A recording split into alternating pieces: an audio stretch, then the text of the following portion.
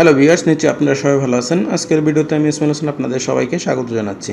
আজকে আমি আপনাদেরকে দেখাবো আপনারা বিভিন্ন ধরনের অ্যাপসের নোটিফিকেশন কিভাবে অফ করবেন।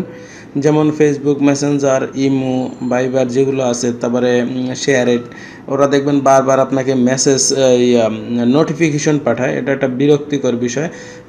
আপনারা কাজে ব্যস্ত আছেন, বারবার যদি নোটিফিকেশন আসে তাহলে কিন্তু এটা একটা বিরক্ত লাগে। তো এটা আপনারা বন্ধ করবেন কিভাবে সেটা আমি আজকে আপনাদেরকে দেখাবো। তো চলুন ভিডিওটি শুরু করি।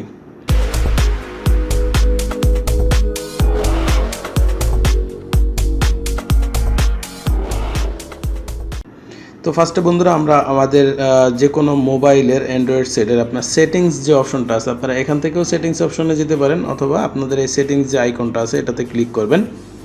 ক্লিক করার পরে একটু নিচের দিকে যদি আসেন, এখানে দেখেন নোটিফিকেশন একটা অপশন আছে। এখানে দেখেন সাউন্ড অ্যান্ড নোটিফিকেশন আছে।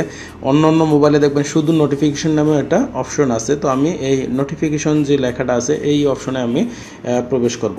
তারপরে এখানে নিচের দিকে দেখেন অ্যাপ নোটিফিকেশন যে অপশনটা আছে, এখানে আমি ক্লিক করব।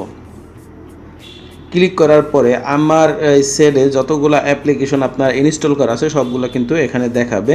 তো আমি এখান থেকে কয়েকটা নোটিফিকেশন অফ করে তারপর আপনাদেরকে আমি দেখাচ্ছি। তো আমি শেয়ার এডের নোটিফিকেশনটা আমরা অফ করে দেবো। তো আমি এই শেয়ার এডে ক্লিক করলাম।